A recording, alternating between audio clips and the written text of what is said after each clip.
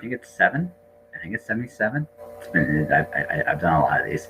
I'm your host, Joshua Pintelleresco, returning once again, but this time for the first time visually is Jennifer Lieberman. How you doing? I'm awesome, Josh. How are you? Again, as I said off the air, my usual serious self. I take myself very seriously. I got a bit of a new look with the hair. I don't have the COVID hair anymore. Your hair looks great. Yeah. Well, so I interviewed a life coach it's almost 3 weeks ago now, and which her specialty is, she'll tell you, she'll ask you, okay, what do you want to do? How do you see yourself doing it? And I told her what my ultimate goal with this podcast is. The next step for me is to go on the road. I want to go through Canada and the United States. Like, I would love to meet you in your environment. We would just go in there. We'd do a fun little, either quick tour, just somewhere where you're completely comfortable. And we just do what I do here, which is make an ass of myself and make you look good in the process of doing it. And, but do it in a very, very, really personal, intimate way, because, I think those are the best kind of interviews, in my opinion, and that's something I've always kind of wanted to do. So she goes, well, what does this look like? I says, well, what's your hair look like? What's your clothes look like? What's all this look like? And so I told her, it's like, okay, so you can start doing it. Now, Canada is more locked down than the United States still is, by a significant fraction. Significant, like grocery stores and like drugstores are like the only places you can go right now. There's other places, but yeah. Well, I mean, I've joked about this, and I'm not joking. It's kind of sad. I can't buy underwear right now. I mean, I want to actually put that in perspective. Like, that's where we're at. And where are you? What? Where are you located? Ontario, Canada. Right. Yeah. Now. So yeah, I'm in Ontario also. Yeah, same thing. Oh, what part of Ontario, if you don't mind my asking? I'm in Maple, so it's like an hour and a half outside of Toronto proper. Have you ever heard of Canada's Wonderland? Yes, I have. I've gone there many a time. So that's in Maple. Yeah. Okay. That's cool. But I'm kind of I'm like 20 minutes away from Wonderland. I'm kind of on the outskirts of Maple. Yeah. So under normal circumstances, if you really feel like screaming your head off, Canada's Wonderland has this cool, my favorite ride on there. They have this old school, I don't know if they're still guys, it's been a long time since they're gone. They have this old school wooden roller coaster. I love the old wooden ones the best. The Wildebeest. Yeah, I like that one a lot, because it's actually faster than most people think it is, which I think is actually a really cool thing.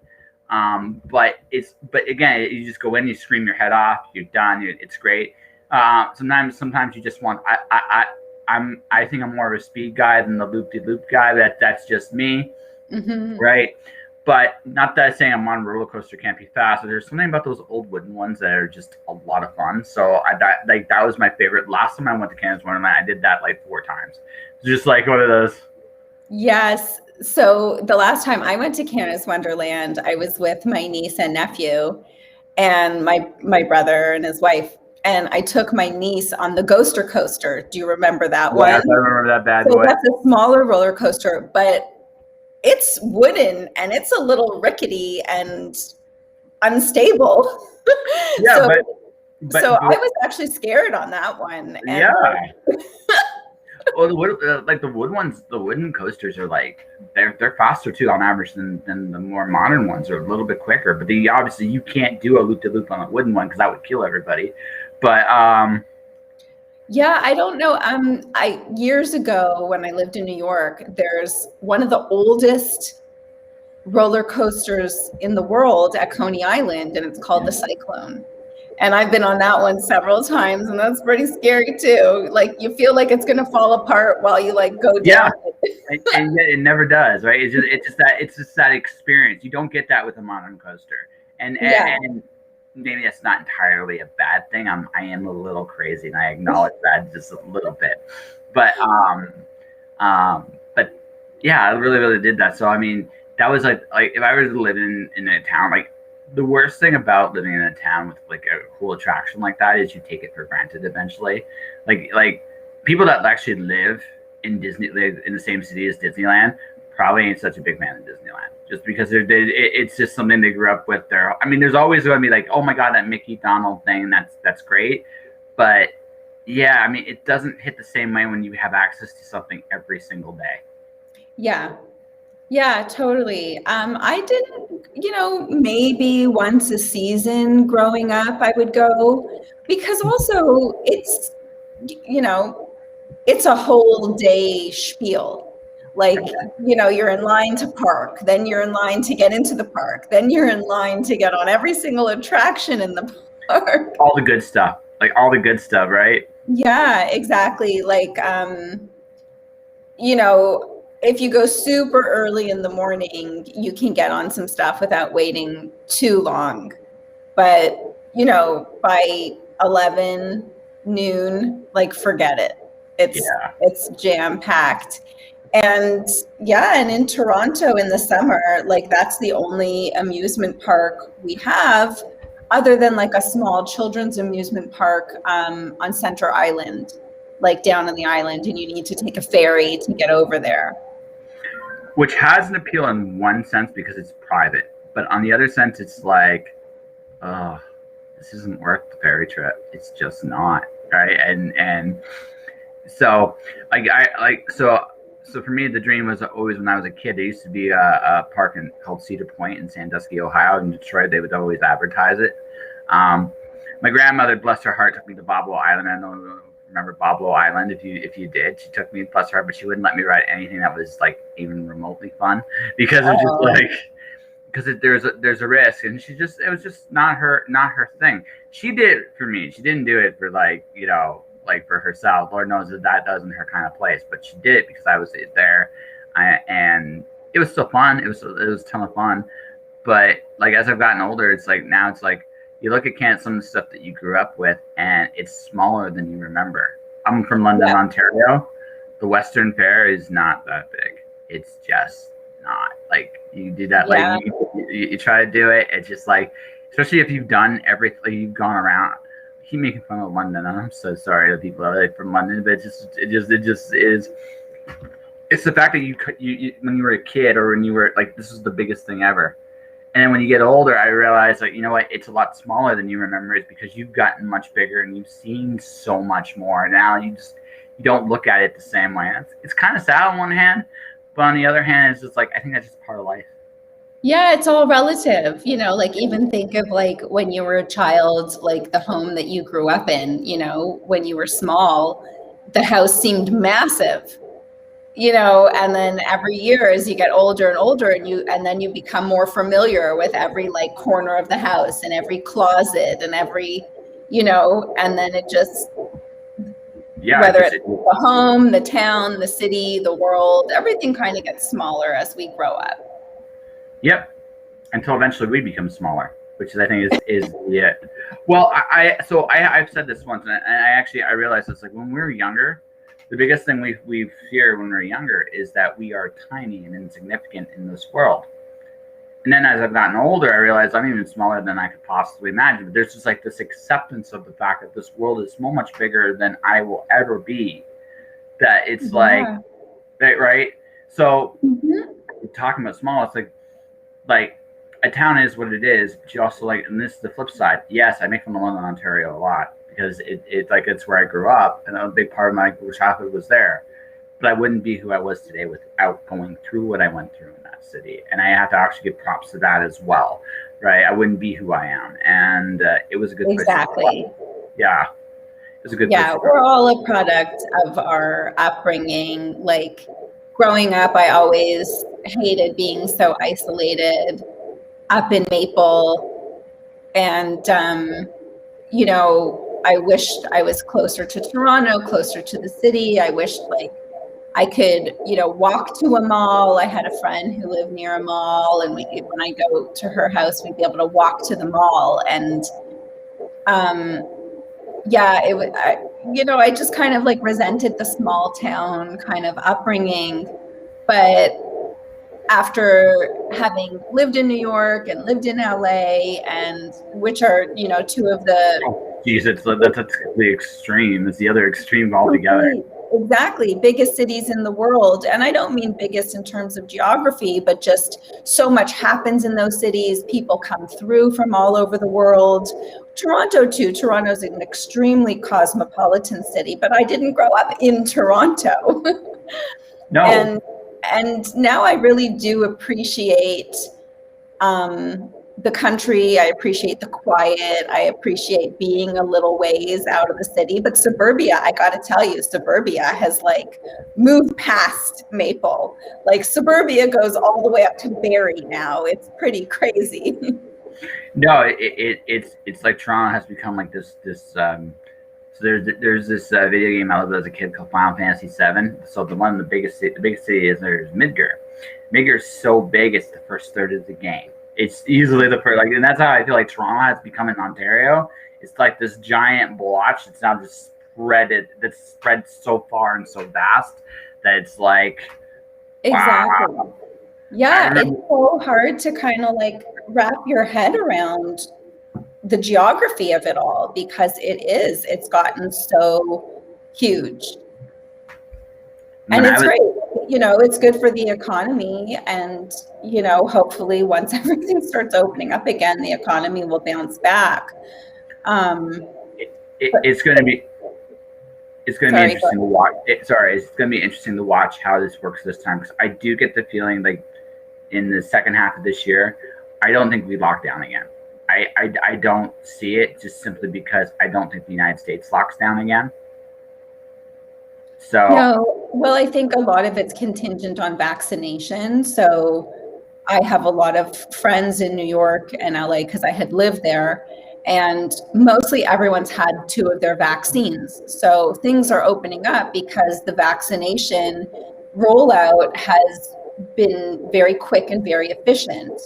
Canada, we're lagging. And I think if we had the rapid vaccine rollout the way the United States did, then things wouldn't still be closed in Toronto. I'm somewhat, I'm a bit more skeptical for one very simple reason. I'm gonna go just like a historical context. Usually in situations of plagues, this is usually times like when governments seize more power. Mm-hmm. So the quicker they fix this problem, the less power they can seize, right? So yeah. I will be the first to admit, the only thing in my life that I'm incredibly cynical on is government. I'm just super cynic that way, because when you've been exposed to a lot of different lies and you've seen a lot of things happen a certain way, it's very hard for me to take the fact that, like, in any way, shape, or form, that my best interests are being considered at all. And that's just me being a very honest. Yeah, and I understand that. And in Canada, because we're so polite and we listen to the rules so much, like, Canadians are never going to push back the way that Americans did in certain states about saying, like, hey, we're not shutting our businesses, we're not wearing masks, we're not doing this, we're not doing that. So there's a huge divide in the United States between the rule followers and the people who are pushing back. Canadians, by our nature, is like, we're just more polite, and we don't push back as much. Well, here's what I will say about Canada. This is what I learned this time through this whole crisis. This is our strength and our downfall. And I think going forward, I think this needs to be put into perspective. Canadians want order. Mm-hmm. That's what they want. They want an order to things. Because if there's an order of things, things can keep moving.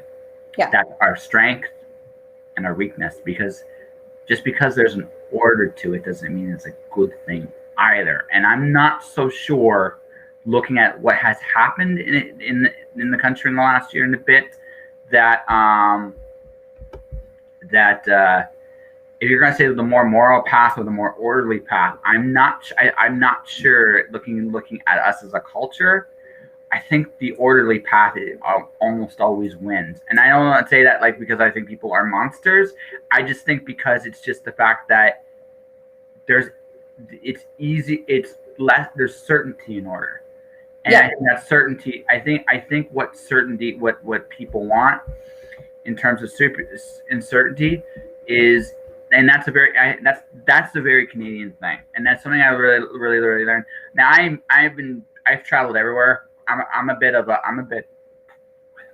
a wild man, and I admit it. Like I am a bit crazy and a bit of my own. I just play the beat of my own drum, and I always have.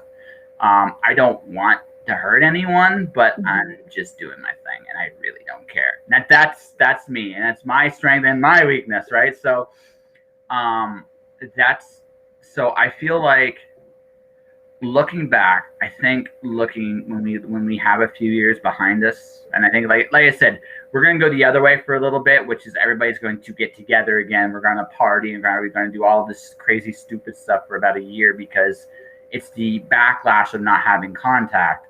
Yeah. And when we officially get back to normal-ish, which would be like 2023, right? Which I think is when we're going to be normal one way or the other. So I think at that point we'll be able to look back at everything a little bit more honestly with a little bit of distance now that we actually healed. And like I said, I don't looking back, like looking at this time for me, I just realized that for the most part there really wasn't a good choice on anything being applied. There's just a lack of good choices, and a lot. And hopefully, if there is a next time, I've said this on a few other shows. I hope we're kinder next time. Looking back, is that's the one thing I kind of look at and go, yeah, you know what? We should have been a lot kinder to each other. Yeah. That's my opinion. That's how I see it. So. Yeah, I agree. Yeah, because everybody was going through their own struggles with this. That all said, no COVID therapy tonight. I think both of us are at a point where it's like, I will ask this because you got me beat. So we were talking off the air. It's like I did 2 books last year, and she's like, "Aha, I did 3." It's like you did.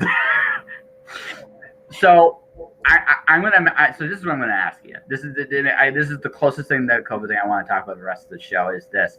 So when COVID hit, this was my second apocalypse. Not my first one was nothing like this one, but it was a very personal thing. So this was my second apocalypse. So the very first time when this shit happened, I was like, how can I make money? What should I be doing? And I literally just tried everything in the last year. Was it similar? Like, where it was like, I just got to go for it now, or like, what was your mentality when it happened, and what did you do? Because 3 books is awesome. Like, I'm not. Yeah. So what happened was, the first book is my novel, Year of the What, and prior to the apocalypse, I had decided to I already had this novel published under a different title. And I was censored. The original title is Year of the Slut, and it was a one-woman show that I won an award for in New York.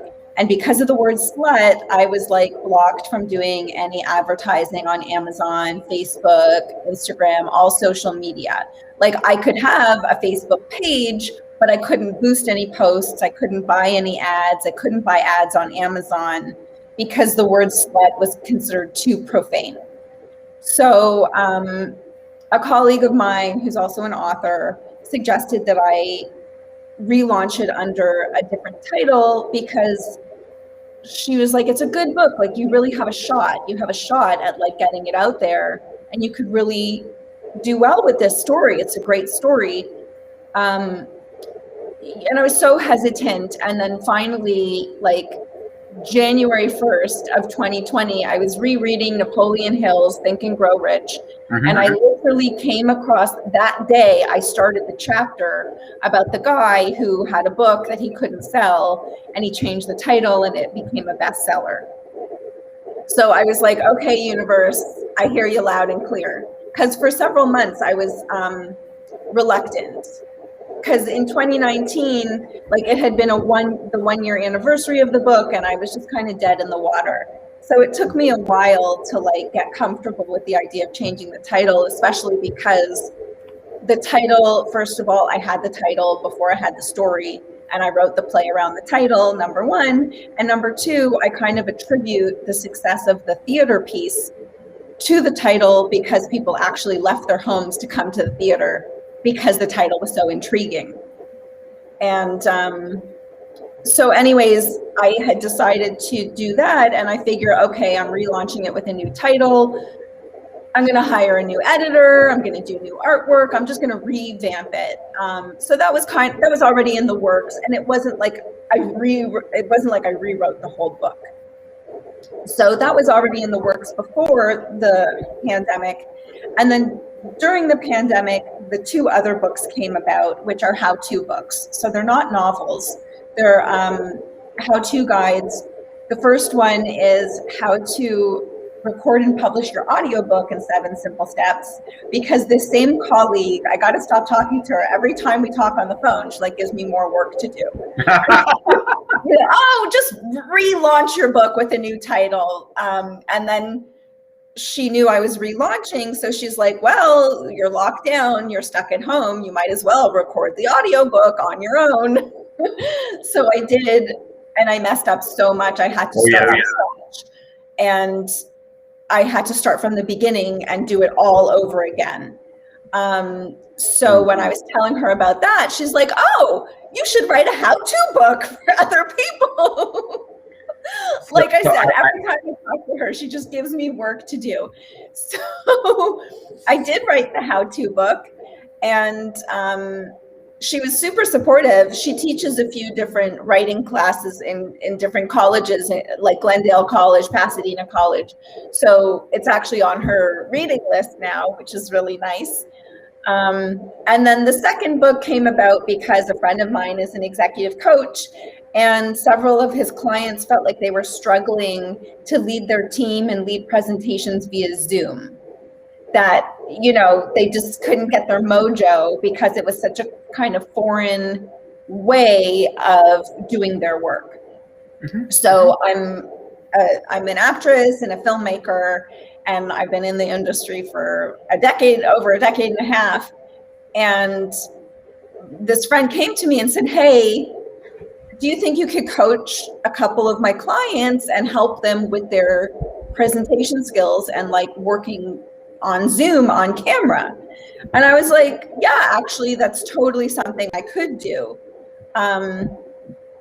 So in order for myself to feel comfortable to coach these people, I kind of needed to write down some steps for myself of like things I needed to cover, you know, like the basics of what we needed to hit.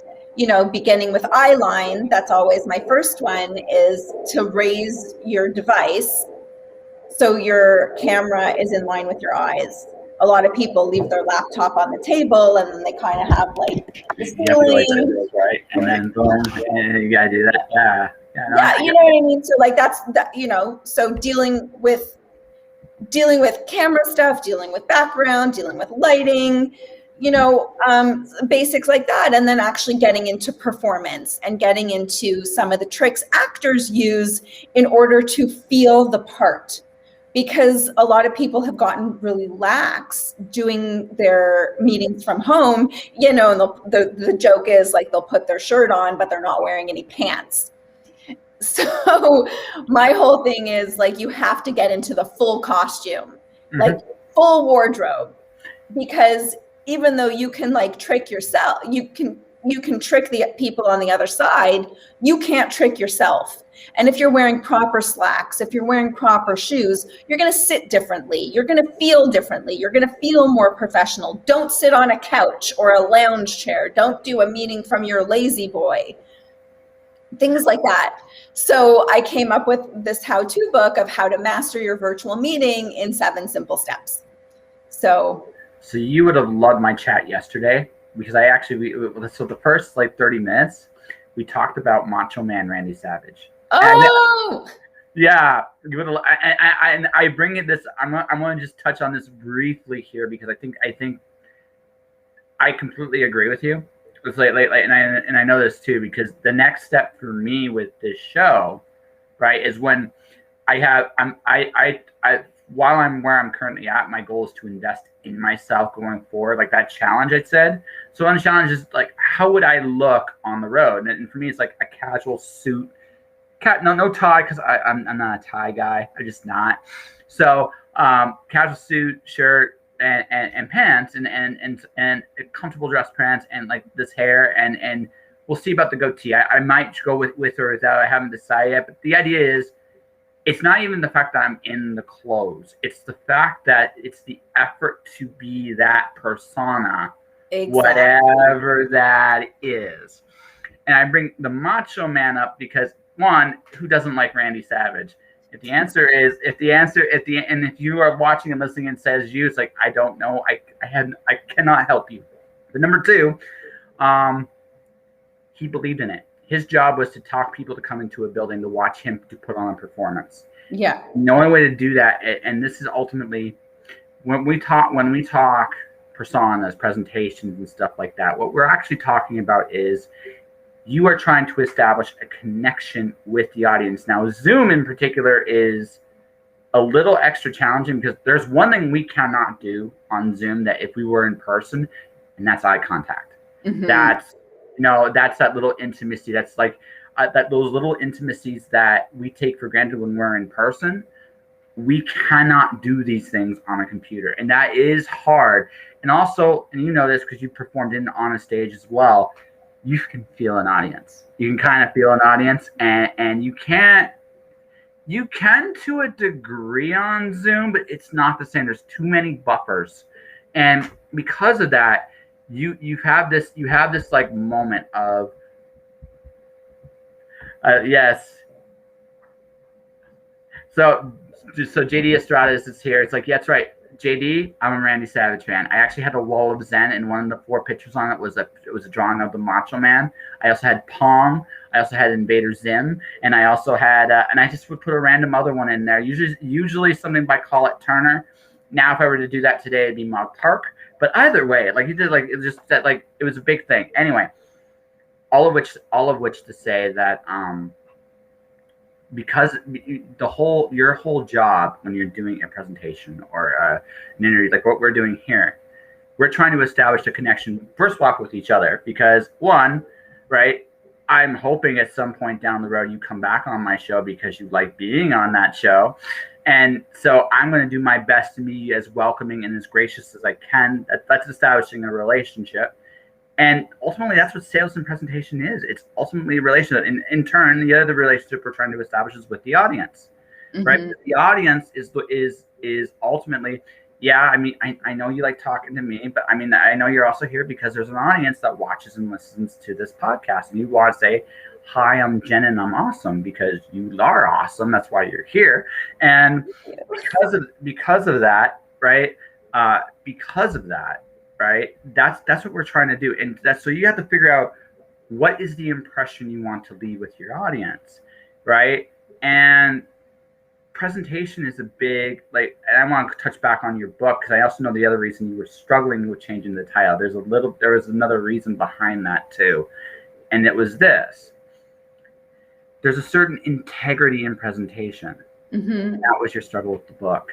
Yeah. The book had a certain integrity to it that had carried you very far. Yes. And you're proud of it. And honestly, and you should be, because you did something really, really cool with it. But when you were making the transition, what works so well on the stage doesn't necessarily, unfortunately, just due to some other things, just didn't work quite the same way. It was you're trying to fit a package into a different peg. Exactly. And that's what I figured out. But I understood the struggle because you got so, like, it's really, really hard. It's really, really hard. It's easy to when you fail. How did I fuck up? And there's always a list of like things you could have done better. And in hindsight, you see them very quickly, very easily. Mm-hmm. But with success, when you have like a degree of success, okay, how do I fix this? What works? What doesn't work? That's a lot harder when you actually are getting results because you don't actually know what that, like, you have to be very careful because you don't want to take away from what actually really matters about this. Yeah, and part of what the book is about, it's a coming of age story of sexual discovery. And younger women, you know, when you're in your teens and 20s, women are attacked by being called a slut. People call women a slut because it's a weapon that's used against them. You know, and it doesn't matter, like if you're wearing the wrong outfit and nobody knows anything about you, they'll just call you a slut, whether it's a man or a woman. And I really wanted to use this piece to kind of break down and re-examine this word, and why is it bad for a woman to be promiscuous or to explore her sexuality, or I like to talk about sexual health, because we don't talk about sexual health. We talk about sex, but we don't talk about sex in the context of a normal functioning female has a sex drive. And if she doesn't have a sex drive, that's actually a medical problem. Just like if a man doesn't have a sex drive, it's a medical issue. If you tell your doctor that you haven't been aroused in several months or several years, they're going to start doing some tests. They're going to do hormone tests. They're going to see like if there's something wrong with your chemistry. So, you know, and as young women, we're kind of fed this narrative of like, oh no, you know, good girls don't do that. Good girls wait. Good girls, you know, whatever the story you're told is. So the story of the book, the protagonist is very much going through this kind of sexual awakening, sexual discovery, coming to terms with her shame and her confusion about her desires. And the protagonist is heartbroken. She just got dumped or came out of her first real relationship where she was sexually active. She had never been sexually active before this relationship. And she's just turned 25. And she, you know, so she's in this really kind of uncharted territory in her life. So it really, and she has a promiscuous roommate that she thinks her roommate is a slut. And then when she embarks on this kind of coming of age journey, she goes through the process of like, well, what does that even mean? You know, like how many partners makes you a slut? Or why do we even use that word? So, there's so much we could go on this bad boy here. So, I'm going to answer JD's comment on Facebook first, and all I'm going to say is, so JD, what I have often found, and I've learned this as a guy, if you really want a woman, usually, this is one of the few things I do know about relationships. I don't know very much, but this is one of the few things I actually do learn. Whenever I have dated a woman, it has been by and large the woman that has made the big decisions, right? In the relationship, it's just there's always a degree of power I find women have in the relationship, and honestly, it's probably the way it should be because they're probably a little smarter than we are. Like Lord knows I've made plenty of mistakes, but the thing is, right? So if a guy really wants or is in a situation where they just want the woman, she rejects them. Well, there's a power over the woman. Still has a certain power over the guy if he doesn't handle it very well, simply because, okay, you saying no is actually a good thing. We're setting a boundary, and boundaries are quite healthy in any relationship. Never mind like sex or no sex. But what happens is if you have a certain well adjustment in your head as a man, okay, she does not want me for sexual purposes. Darn. And there's that little moment of like, okay, ego, it's okay. You'll come back. I promise you'll come back. But at the same time, like there's a healthy boundary. You can still have a great friendship. You can still have a very positive experience and relationship with that person. But sometimes if it's not in a positive light, a lot of guys will be like, well, she said no, and they just can't handle that no for whatever the reason. So they call that woman a slut, even though, quite frankly, it's the opposite. She said she made a decision, and that's all there really is to it. That's all there really is to it, and it's and it is the correct. And honestly, if anything, if a guy calls a woman a slut after she rejects him, if anything, the woman's been justified in that decision, because if that's the reaction they had to a no, the yes wouldn't have gone very good for the woman in all likelihood either. And I'm just being very, very, very honest on that one. Right? You want someone that's okay with the no, right? You want that. think that's healthy on both sides, to be very honest with you. But it's what I have found. That's one of the few things I do know.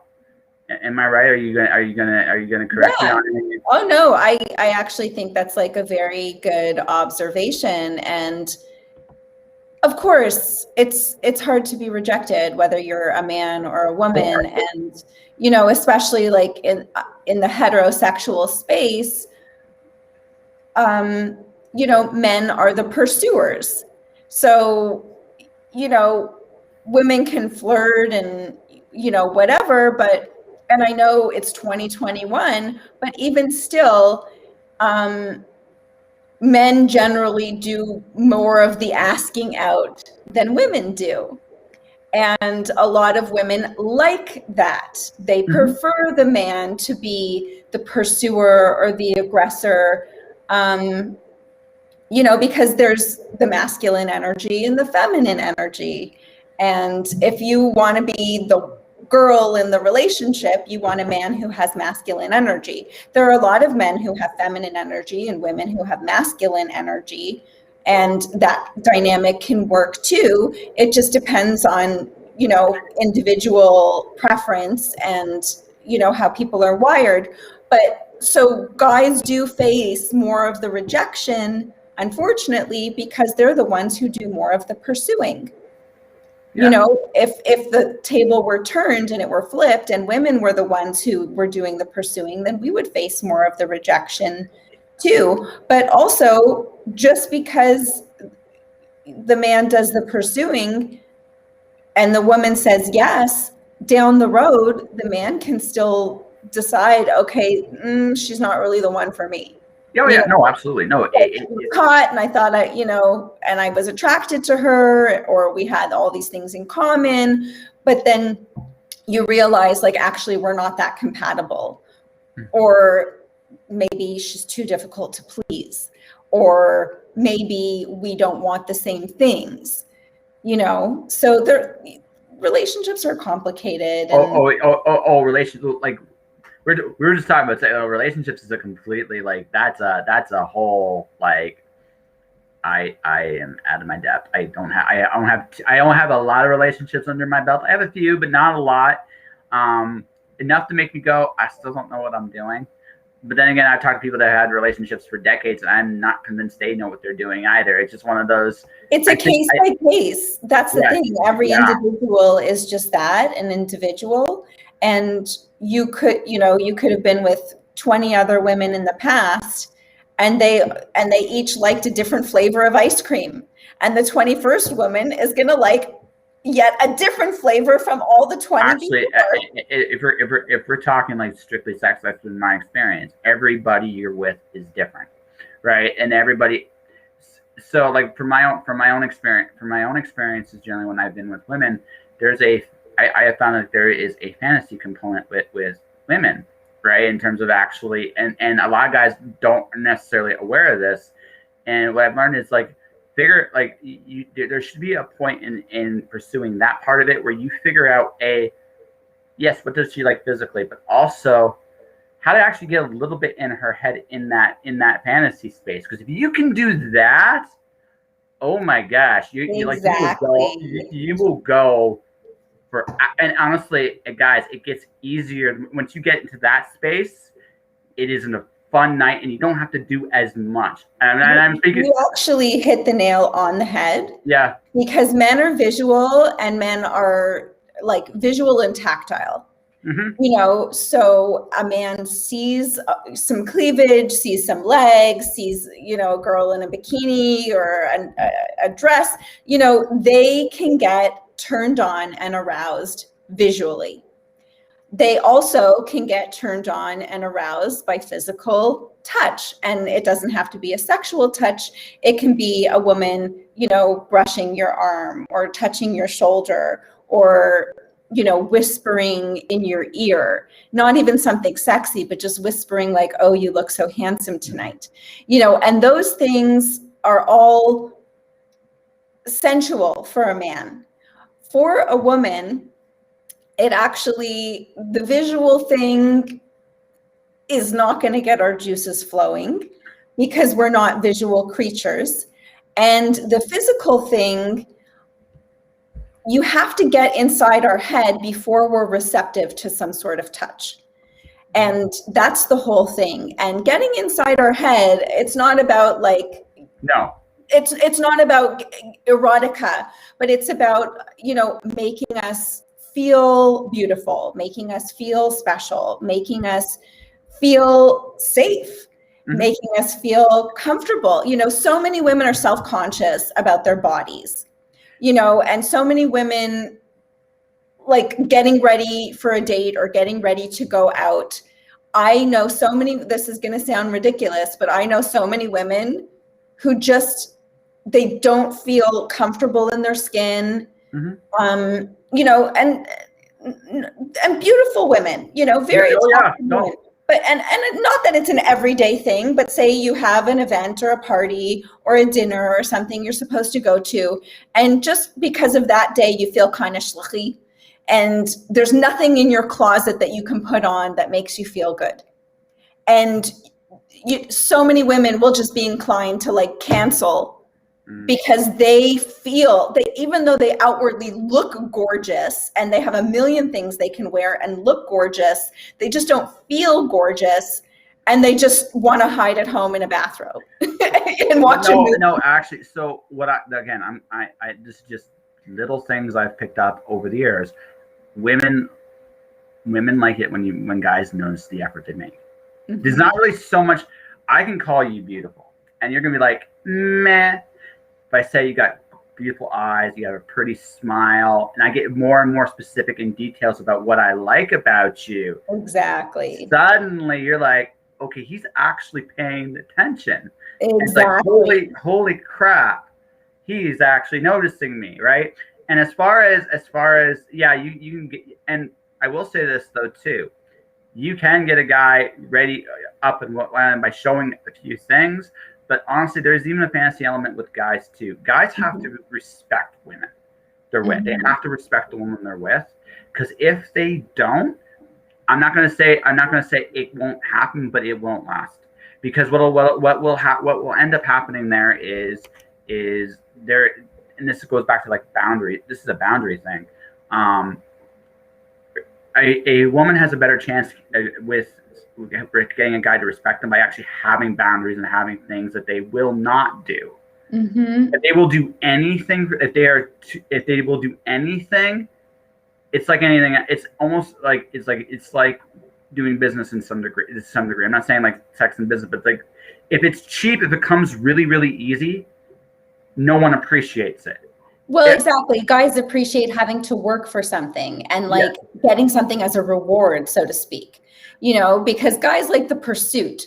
And it's like, if everything is just laid out on the table for the taking, there is no pursuit, there's no challenge, and it becomes less appealing. Yeah. And Jeffrey, it's like, are women from Venus? I don't know where women are from. I don't pretend to understand women, Jeff. I don't. These are the little things I do notice and say. Like, it's just one of those things where just like what I've learned, this is just what little things I've learned.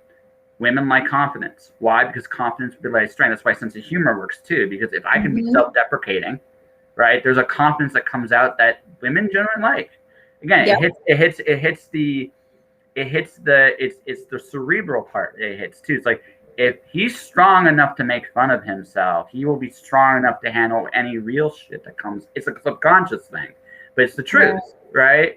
Yeah. And that's the thing. Like the confidence goes both ways. If I'm with a woman that cannot look me in the eye, I will walk. It's not even. There's a certain point of iron needing to sharpen iron. And this is what I have on this. Like, you're as good as your partner. So you make sure, I'm again, I certainly don't know everything, and God only knows I have a lot more to learn. But one of the things I do notice is if you're with the right person, there's nothing in this world you guys can't accomplish together. But if you're with the wrong person, you're not doing anything, because it's just not the kind of match that it needs to be. Yeah, and I think with the right person, it's fun. Oh You're God, able to have fun. You're able to be silly. There isn't always like this pressure of yes. like, you know, having to live up to somebody's expectation. You know, Mhm. yeah, it's interesting because I was in a play many years ago in New Mhm. York, and it ended up getting published. And a guy was trying to come onto a girl in the play, and he said, you know, if you're looking for a hot night, and she's like, I'm not looking for a hot night. I'm looking for a cold night person. And he's like, what's a cold night person? And she's like, somebody you could just curl up on the couch with and watch a movie. Mhm. You Mhm. know, because the reality of a relationship is you're going to be spending many more cold nights together than hot nights. You Mhm. know, you're not going to be at the club every night of the week, all dressed up, you know, living it up, drinking, going to the fancy dinners. Like, that's nice. And it's nice to be treated that way once in a while. But the reality is, at the end of the day, you want someone who you could just like curl up on the couch in your sweats, in your jammies, without your makeup, with your hair in a bun, all messy, and they still love you anyway. Yeah, well, I think ultimately that I learned this is like someone you can be completely yourself. Like little parts of me that are an asshole, I can be with somebody, and it's like you're just a dick, and then they put me in my place a little bit too, and that's you want a relationship where you feel free to be yourself completely. There's no Totally. pretensions, there's no bullshit. There's just it's authentic, right? And that's what you want, and however long you get it in this life, like that's what you want. What you don't want is if you don't want a relationship to feel like work. I mean, there's work in everything, but when I'm like writing a book, I don't really feel like I'm working. I feel like I'm doing something. Yes, you're just in the flow. Yeah, yeah, just like a flow. Relationships are the same way, right? And that isn't to say there aren't days where it's like it isn't shit because I know I know every man that's watching this episode right now and they'll tell you, yeah, there are bad days too, but for more often than not, it's you're with somebody you care about. You know, someone's gonna be there when it's tough. You don't want and ultimately too somebody that, in my case, that I can talk about anything with. Because ultimately, at the end of the day, as you just put it out, we're going to be spending a lot of time together. We don't necessarily need to talk. But there's always that freedom to talk and just be ourselves, whatever that looks like. Mm-hmm. That's gold, right? And Everything else is nice. Although yeah, I will say this: date nights are important too. Like date nights are super definitely. important, right? You never, yeah. Yeah, and like in the book Year of the What, the protagonist gets out of this first relationship and she's looking for like the perfect storybook romance, and it's such an unrealistic Oh idea God, no. of a Yeah. relationship. But she finds that out along the way, you Mm-hmm. know, and by the time, you know, she goes through her story arc, she realizes like she was so insecure and unsure of herself. The book is basically about her having to fall in love with herself before she's ready to fall in love with anybody. Which I think is ultimately the truth. You gotta be comfortable with who you are behind the mirror. Like, yeah, none of us are ever fully like. We all have those vulnerable. Well, what about this moments, right? Yeah. But we all have those. But at the end of the day, look, I like who I am. I have an ice cream problem. I write books. I travel. I don't really have a guaranteed future anywhere I go right now. And I'm good with that because for me at this point in my life, I want to keep exploring and growing. And that's where I'm at. Yeah. Now, once I do all my crazy stuff, right, right, maybe if I'm lucky, I'm like my uncle. My uncle was a photographer that traveled the world and his wife went with him. They just took stories and like that was That's amazing. yeah, no, like that does happen. And then there's I'm in my grandmother's house right now. She's living with her boyfriend. She's 80 years old and she's dating somebody again after it post. And they are a hoot together. Because I'm gonna mention his name. Like Ryan Hart came by yesterday. I watched those two just talk. They're like two little kids with each other in like the best kind of way. And it's like that's what it should be. That's what Mm-hmm. that right. And And it's like, it's one of those situations where I realize like it's not, but you also have to be comfortable in this part too. And this is something I realized too. I might want that, but I also have to be okay if I don't find it as well. And I'm not saying, of course. yeah, and that's a very hard thing too, because like, and this is just me confessing to a personal weakness of mine, right? I don't want to end up like my dad and my grandmother, because they don't, and I say this with all love, they don't trust anybody. Their hearts have been broken in such a way that they just don't have that. I'm okay with getting my heart broken, I think, and I think I'd recover better than either of them did. That all said, right? That all said, like, that thought terrifies me a little bit, because I don't want to be there. But also I have to realize, like, you still might end up just being by yourself when it's all said and done. And you have to actually be okay with that to some degree as well, simply because it's like, you know what, I've done okay. You don't, like, if I don't get that, right, like that happily ever after with somebody, it's not the end of the world either. Life can go on, and I can see a lot of life will go on. Exactly. Oh yeah, regardless, right? Yeah. Yes. All right. And Jeffrey Less is on Facebook saying, like, yeah, don't settle for less. Yeah, but that's how you don't settle, Jeff. You have to come to terms with the fact that you might have to be on your own, whatever that right. That's a big. Those boundaries are great things, and that's something I've learned. I know, like those boundaries are great things. Yeah, and one of the themes that also is explored in the book is the character, a lot of times, like a lot of young people do when they're navigating their first couple of relationships, is giving up pieces of herself and things that are important to her in order to fit into the mold her partner wants her to be. And so many of us have fallen into that trap. And it doesn't matter what stage of your life you're at. It doesn't matter if, you're in your teens, 20s, 30s, if you're divorced, trying to start over again with somebody else. And that's the other thing too, like you were saying about being okay with being on your own, because so many people feel like if they're not in a relationship, then they're not okay.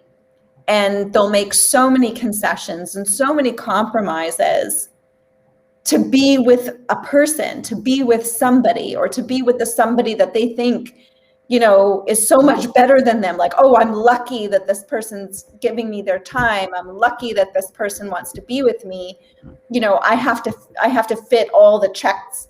I have to fit all the checks in their boxes in order to keep them. And at a certain point in time, it's like, well, how long can you keep up this facade? And not to say, yes, there are things we learn from being with other people, and we can grow, and we can realize that we like things that we didn't realize we liked before, or we can evolve and different things can become more important to us. But we have to really kind of check ourselves and be honest with ourselves about who we really are, and are we giving up our essence in order to please somebody else? Well, because the right person would never want us to give up our own essence. Well, it even goes one step further than that. Like, okay, say you are somehow able to keep it forever, that mask on forever. Eventually the mask becomes the real thing. And that's truly hell. It becomes something you're not. And so that's the nature. Like, that's something people have to really, really be real. Like I try to be as authentic as possible personally, because one, I really don't know how to be anyone other than myself, but two, I wouldn't want to be either, because if I was someone different, if I was trying to be like, something other than what I was, I'd be living a lie. And I do not have the energy. I don't know how people do it. Like, I honestly don't. But it's just one of those situations that's something at a very young age, like, keep your integrity, whatever that personal integrity is you have, and keep it with you no matter what. Because honest to God, It is better to be alone with that integrity than be with somebody you absolutely are not good for or good with, and they are making you something you are not. It slowly kills you, or very actually, grand scheme of things, it quickly kills you, but it's in a very slow and painful way. And no one lives in that. No one can truly live and thrive in that environment. Exactly. Yeah.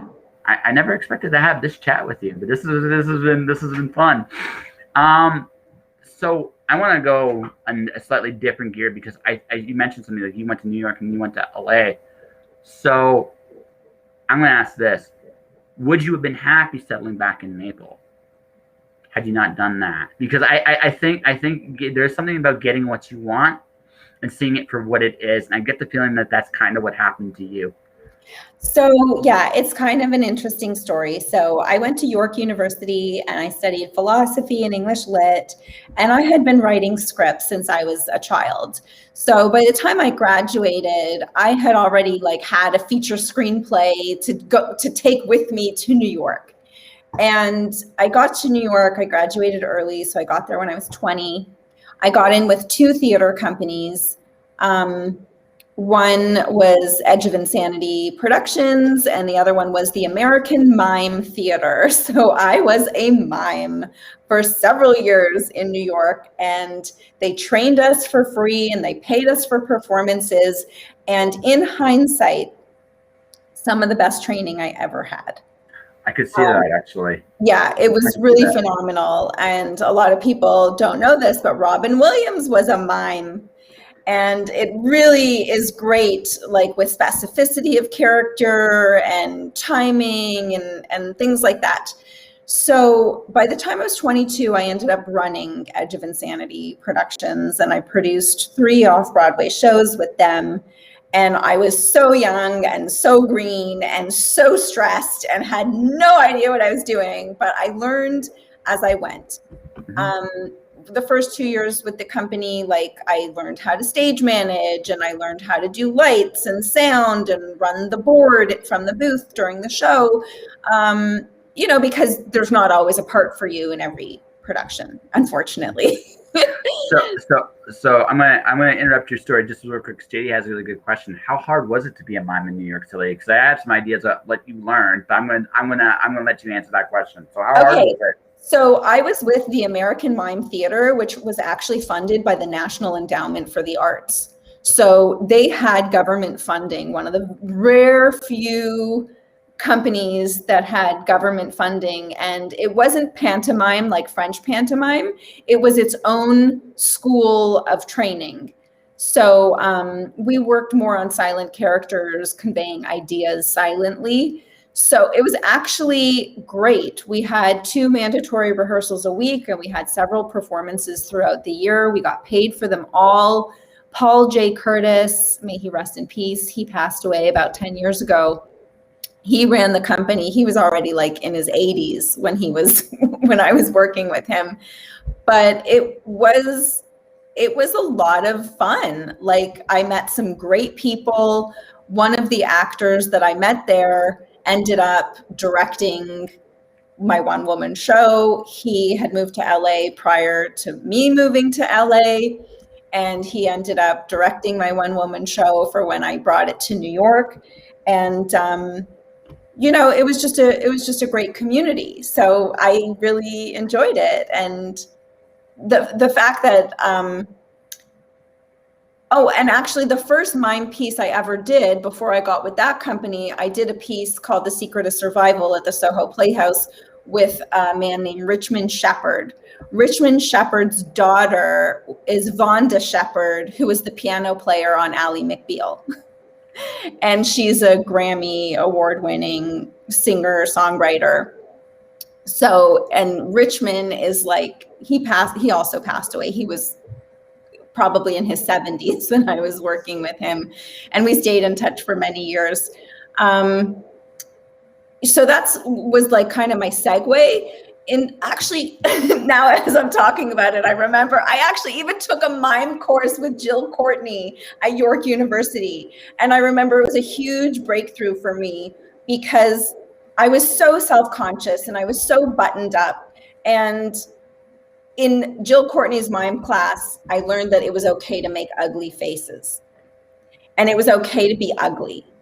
And it was okay to, to contort your face in certain ways, because I was so self-conscious about wanting to be a pretty girl. I was heavier and had acne and all the, trappings that make you insecure as a teenager and a young adult. And I was so self-conscious. So I had so many breakthroughs with mime.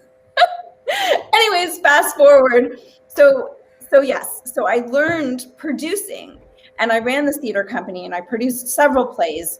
And then I got into film production, and I associate produced a feature film that was shot in New Jersey.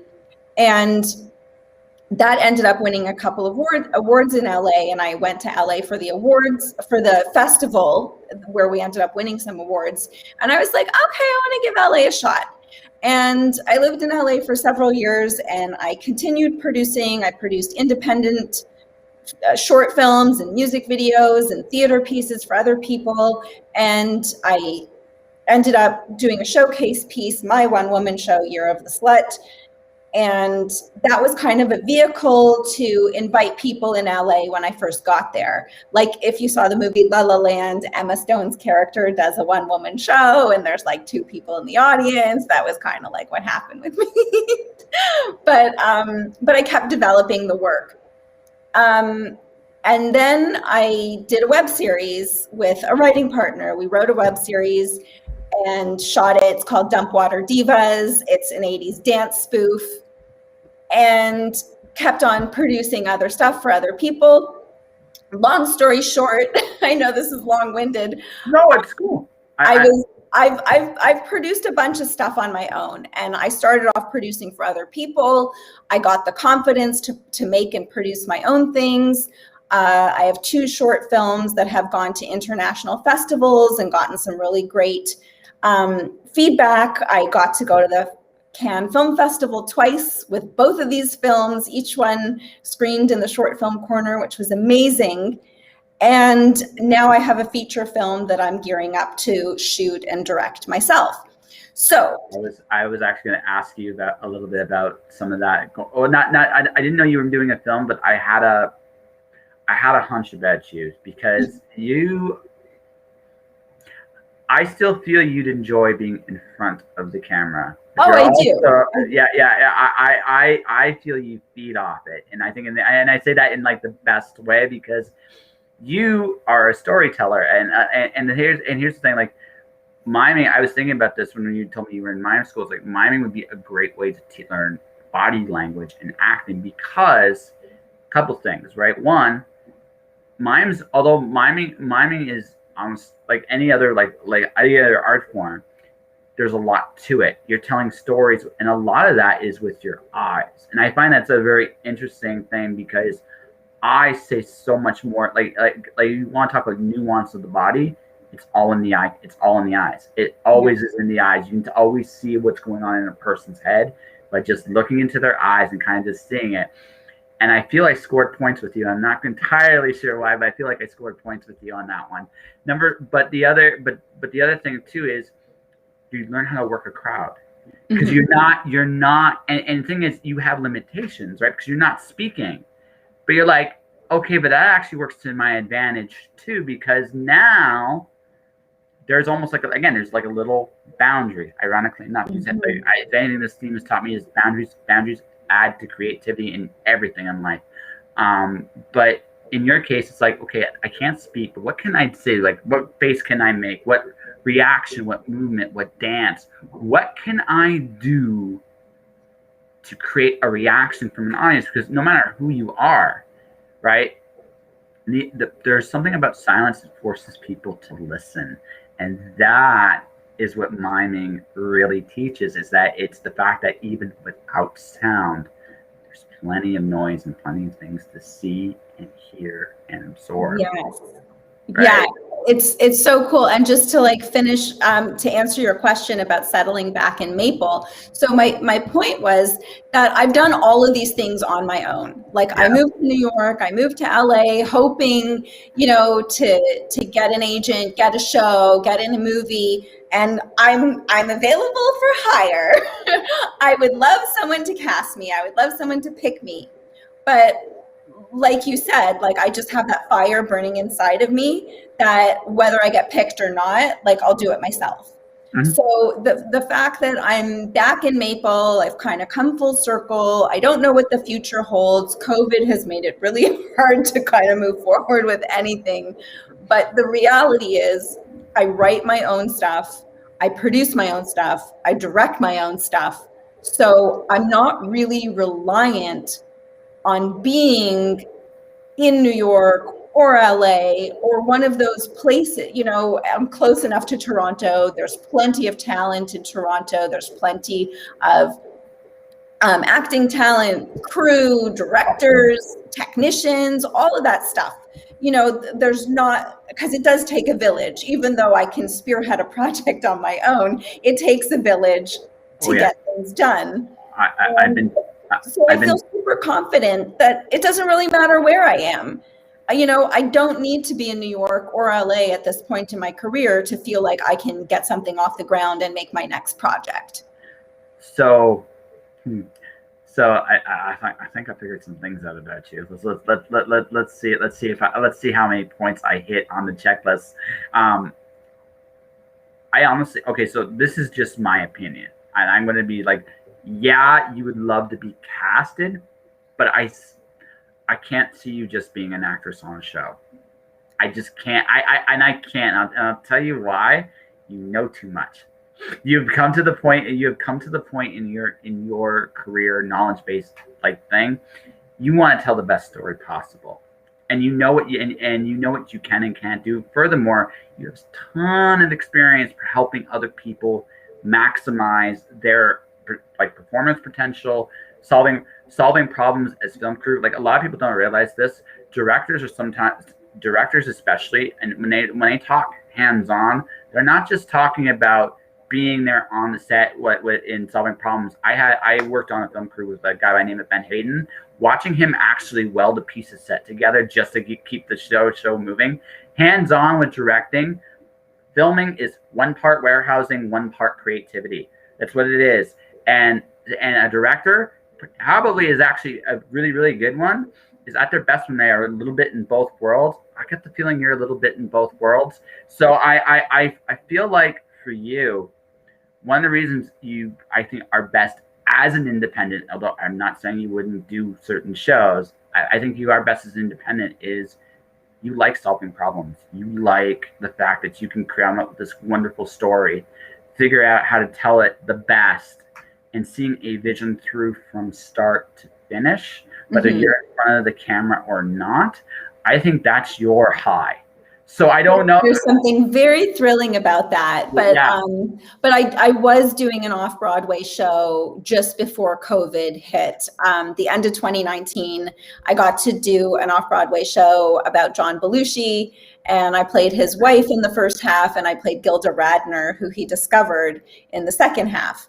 And I got to tell you, like, there's a pleasure in not being in charge and just getting to show up and play with friends.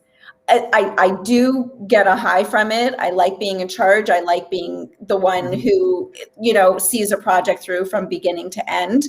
However, if I can do that 50% of the time and 50% of the time just kind of show up and know my lines and get to play and get to breathe life into something, because the other part of it is exhausting. Like it can take everything out of you when you are wearing all of the hats, so to speak. Writer, producer, actor, director.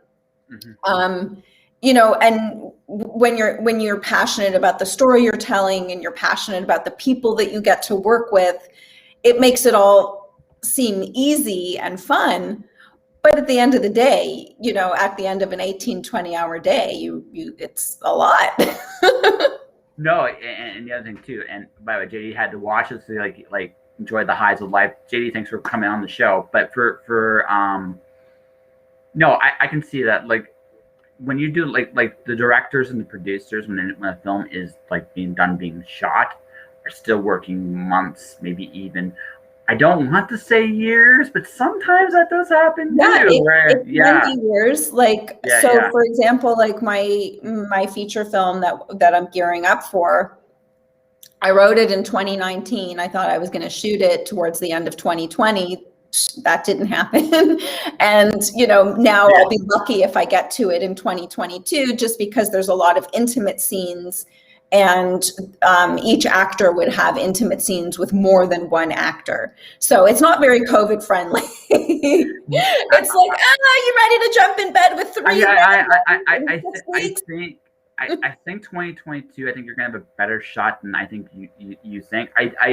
Again, I might be an optimist here saying this, but I don't really.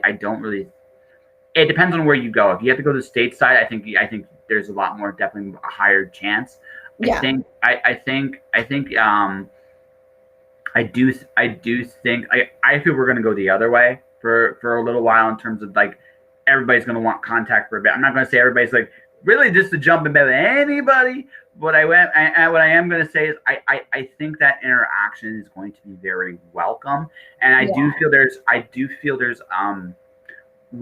it started in this it has started in the States already. There's a point of the momentum of things happening that I don't think it can stop at this point. It's at this point where people are just going to get back and have contact with each other again. Yeah. And that will, I think, although the second half of this year it's a lot slower up here because like again, here's I'm going to be so happy when I have new socks. You have no idea how happy I'm going to be when I have so much new socks. That's where we're at right now. Towards the end of the year, I like it's going. There's going to be you can feel it. There's going to be like a paradigm shift, and when that shift does happen, I feel like that won't. I think the biggest issue you're going to face in 2022 is the backlog of so many other projects that had to be put on hold. Yeah. So it might take a while to get there. But when you're there, I don't think there's going to be the issues. I would be put to this way. I think business is going to trump things in some ways. It's going to be like, well, and I might be silly saying that. I might be the first one to admit that. But based on how I'm seeing kind of things rolling and going, and I'll tell you a fun little story when we get off the air about how I got this haircut, and it'll kind of justify that.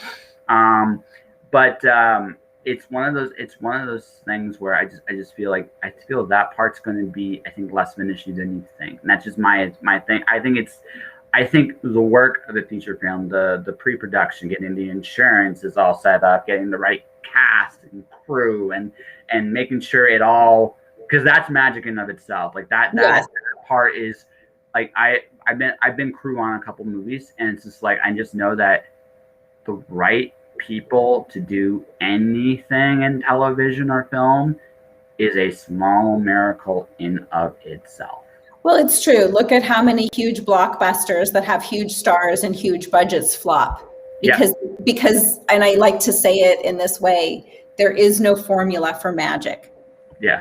No, there's and you hope you put the best team together than you can. You hope that there's chemistry between the cast. You hope there's chemistry with the crew, because it takes there needs to be chemistry on every level to bring that magic to a production. So yeah, there isn't a formula for magic. Nobody's kind of figured out the secret potion. So you move forward with your best intentions. You try to put the best team together, and sometimes it happens, and sometimes it doesn't. And when it doesn't, those are the days where maybe you show up like, this isn't really an energy drink. This is some other kind of liquid inside disguised as it, because you just know it's like there is a point. It doesn't usually get that bad, but usually. I think from what I've seen, like I was in Vancouver for a little bit, there's usually like, I would call it what I call the medium, whereas some things click really, really well, some things just don't, and you just learn to live with those like glaring weaknesses. But every once in a while, you get like this magic where everything is just the stars of align just perfectly, and you're like, I don't know if I'll ever get another shoot like this ever again. Yeah. Right, and just enjoy it. And then like you always hear all the bad stories. But I think you can tell when you watch a finished product with a film, right? Even though they might not say how good a story it was, and like you never hear about it, you see the result on the screen. Mm-hmm. Yeah, I've been so fortunate with my productions. Like Dunkwater Divas was the first project that I wrote that I shot. I had produced several other projects for other people, and a friend of mine that I met at an acting studio said, "Hey, my husband bought me a camera. Let's write like a 5-minute film and shoot it." And so we got together, we went to a Zumba class. She used to be a ballerina. And I thought, let's go to Zumba. It might be fun. We'll have lunch and then we'll, shoot some ideas around. And I kind of had the premise for an idea already. And it was about these two girls who almost won Star Search when they were little, but one of them messed up in the semifinals. And so they didn't win, but they're from a dumpy little town with like 2,000 people. And they're the only people from that town who've ever been on TV. So they're famous, like they're famous for their whole lives. So it's called Dunkwater Divas. Oh God. And it's like this 80s dance spoof. Like I put the entire cast in my own ridiculous clothing.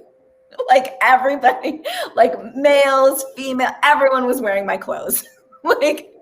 And it was the most fun I ever had. And I actually came up with my slogan, if anyone comes to work for me, these are the rules. Rule number 1, if you're not having fun, you're fired. And that's where I came up with that. Yeah, it's like, no, we're like, it's going to be long. It's going to be a long day. It's going to be a lot of hard work, but we got to have fun, and I've taken that slogan with me, like on all of my projects. When I'm hired to work for somebody else, it's like they make the rules type of thing. But yeah, my whole thing is if you're not having fun, you're fired. Like we're here to have a good time. We're here to make magic. Magic doesn't happen when you're pulling teeth, when you're having dental. You don't have a root canal, to make magic. So I kind of want to work for you now. Kind of do. I kind of want to work for you now. I think so. I would love that. I would love that. I'm always looking for people to collaborate with. Yeah, no, because so I showed you this off the air. I've been working. I started drawing, and because we're so not giving too much away, boys and girls. She has a certain barrier to entry on a certain project of hers, and that's going to be my barrier to entry is talking about my drawing. So one of the things that I learned a very valuable lesson with drawing because I was always afraid I'd suck. Right? What if I suck? And then I had this really about a year ago. My sister bought me this book. My sister bought me the script, and she made me promise. I'm a man. If you notice this about me, I'm a man that kind of gives his word. He tries to keep it. So, so I promised I would start drawing. I didn't draw for a few months. It's like, well, this is one of the few things that's actually terrified me. Because what if I'm bad? What if I'm absolutely terrible? And then I had this epiphany. Don't worry about it. Just have fun. Exactly. Right. Don't worry about it. Just have fun and have a. So I've been drawing Ninja Turtles and Zelda and Link and I just did Earthworm Jim. I showed you Earthworm Jim off the air, and I now there are some things that kick my ass. It took me a long time to figure out how to draw boobs. It took me a very, very long time to do that. It took me a long time to figure out how to draw Lego. Lego faces are actually surprisingly hard. Hard. But I mean, it's one of those things where fun is if you can have fun in a project, there's almost a natural indication that there's a flow going on. Exactly. Work. And it may not be perfect. In fact, it doesn't have to be perfect. But what's the important thing is, let's say Miss Renaissance Woman. That's what I'm going to call you because you've done so many cool, wonderful things here. Oh, thank you. You are. No, a Renaissance person is someone that has pursued a multiple level of disciplines and have done them well. From what I've gathered from you, even though I'm sure it's never was, much like me, never looked like what you imagined it to look like at the very end. Mm-hmm. You've produced films, you've been in front of the stage, you've been performed in front of people, you've written amazing books, and you got your own interview vlog show going on right now too. So you might be better at it than I am, for all I know. I mean, I don't know, but just like they'll know. But just based on what I've seen with you is you have learned the probably one of the most important lessons, and this maybe where me and I probably have the most in common for sure is you recognize the fact that you're not afraid to look foolish. What you're most afraid of is not doing something at all and not learning and getting something out of this. So the way you would so your way your workaround is mine. Let's just have fun. Let's not worry about it, right? And let's just do it and see what happens. And maybe we'll find chocolate chips in our cookie dough. And that's kind of it, right? Exactly. And like when I talk to other artists, or young artists, emerging artists, it doesn't matter the discipline. I basically tell them you can't be so precious with everything. Yeah. People, they'll write their first script or set out to make their first short film or their first play or whatever. And everyone wants their first thing to be like their breakout, their breakout piece that puts them on the map. But the reality is, it's like when you were learning to walk, how many times did you fall on your ass and have to get back up and try again? And we have this because we see people, these overnight successes, these breakout successes, and we don't understand the 10-year journey or 20-year journey it took for them to get that big breakout role or to get the opportunity to get their project made. It's so rare that somebody's first thing, their first song, or even their first album. How many artists, like new artist of the year, best single of the year, and you think that it's their first album. Meanwhile, they've had like 4 other albums with 3 other record labels that never made it to the light of day. And that's just kind of the nature of the beast. And you can only get better by continuing to do what you do. And you just have to kind of keep on keeping on because you love it and because it's fun, and not be so worried about the results. Like every time you try to end game something, that's when you trip yourself up. Mm-hmm. And also just because you had success in the past doesn't mean that it's not going to come in waves and you're going to have ups and downs. So, even though I've been walking for several years now, sometimes I still fall on my ass. You know what I mean? I perfected the walking. I can do cartwheels and all of that stuff too. The only difference between you and I is I use the bicycle example because I feel bicycle like the training wheels thing. When training wheels come off, what happens? Whee! Right? It almost never works out that way. But you're trying to like perfection's the enemy. Like perfection is the absolute enemy of progress. You don't want honestly, as I've gotten older, I realize I just don't want perfect. In fact, I actually like. So, I said I've done this example in the past. You should look at sea salt under a microscope. You'll see all these little black flecks, these little flaws, these other wonderful things. Well, here's the thing: they absorb those flaws are what allow it to actually absorb into the body better. It's the iodized salt, which looks absolutely freaking perfect. And I always equate, like when you create something, I have a voice. I have strengths, I have weaknesses. Now, some of those weaknesses I have to work on because, let's be honest, I suck at those things and I need to get better. But some of those things aren't going to get fixed. Mm-hmm. In fact, they shouldn't, because that's my voice. Yeah. I am just me.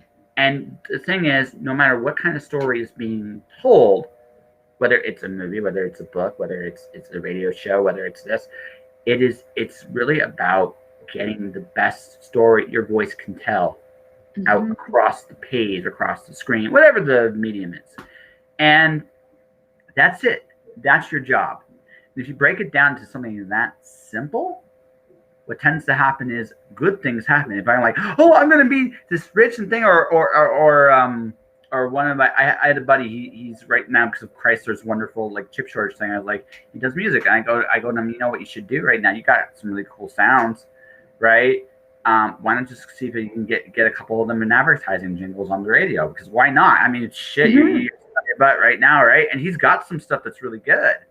He's like, well, I haven't perfected. It's like, no. But again, once I heard that, done. Not going to say a word because I recognize like it's that first reaction of I'm not ready to do this. This is what it basically. No matter what that reasoning tells you, you're just not ready, right? Ready to do that thing, and I can't stop. I can't make you ready to do that thing.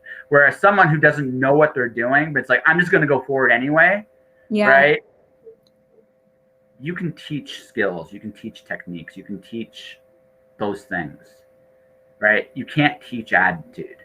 And I think the difference, and that is what I've learned. It's like it's not about the talent, it's about the attitude and the willingness to go forward. And if you would just have that, you can learn it. You'll fall on your ass quite a bit. That's just life. But if you go and keep getting up, sooner or later, the world's going to be like, you know what? I give up. You're going to get something out of it. It may not be what you imagine, but you'll get something. Yeah. And at a certain point, you just have to say, okay, this is good enough. Because I'm sure as an author, you understand that you can look at a manuscript every day for 100 years and change something every time you look at it. It's never, ever, ever finished. It's never, ever, ever perfect, whether it's changing around punctuation, changing a sentence, changing a word, switching this paragraph and putting it here, taking this character, it's endless. It's endless. And at a certain point, you just have to say, this is good enough. Mm-hmm. And put it out in the world and let other people kind of be the judge. And the same goes for filmmaking. The same goes for playwriting. It's funny because with plays, with theater, there's usually like a 6-week rehearsal period. Mm-hmm. Okay. Take any play. I don't think anyone ever at dress rehearsal or opening night has felt like, oh yeah, we're ready. But the reality is they could have had 6 months and they still wouldn't have been ready. They could have had 6 years and they still wouldn't have been ready. But they're just given this timeline, and I'm not talking about like the development process. Obviously, when you're developing something, it's a very different beast. But I'm talking about like whether it's Hamlet or Streetcar Named Desire or, My Fair Lady. It's like you got 6 weeks to get it on its feet and present it to an audience. Because all you really need is those 6 weeks. Otherwise, you're just going to overthink the hell out of it.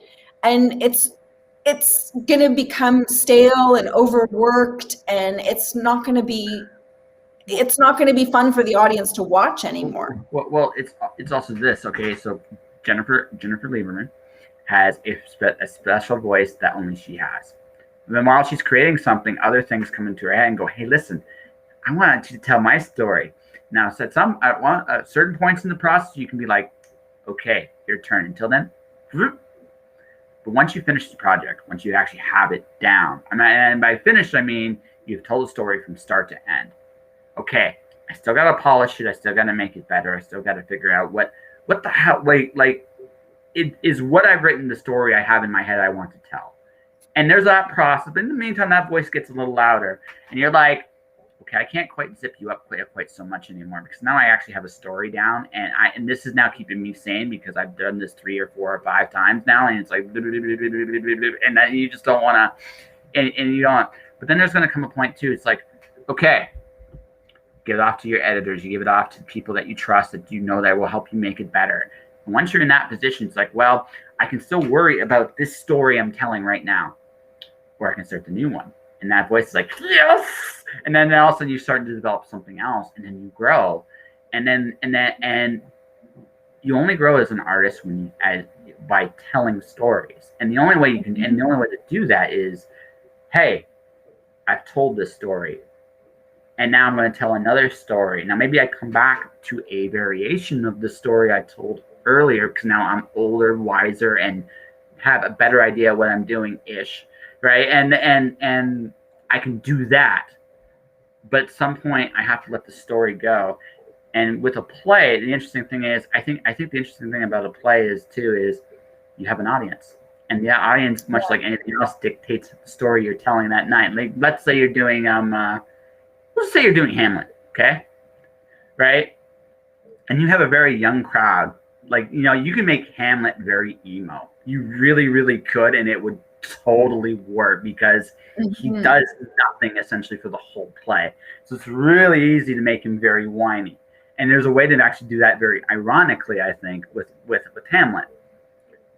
That might work with that audience, but maybe a slightly older audience wants more of a classical take on Hamlet, a little bit more noble, a little less whiny. But that audience is going to tell you very quickly what works and what doesn't work about the play.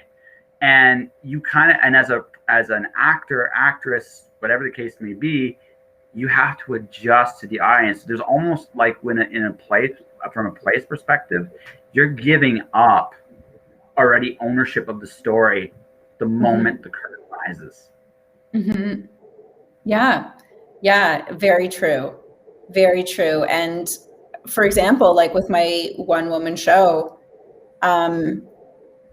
there were a couple of jokes that they didn't land, and it's interesting. Sometimes it's the audience, because sometimes, you have a certain audience and the same joke landed one night and then didn't land the next night. I do stand-up comedy too, so I know that.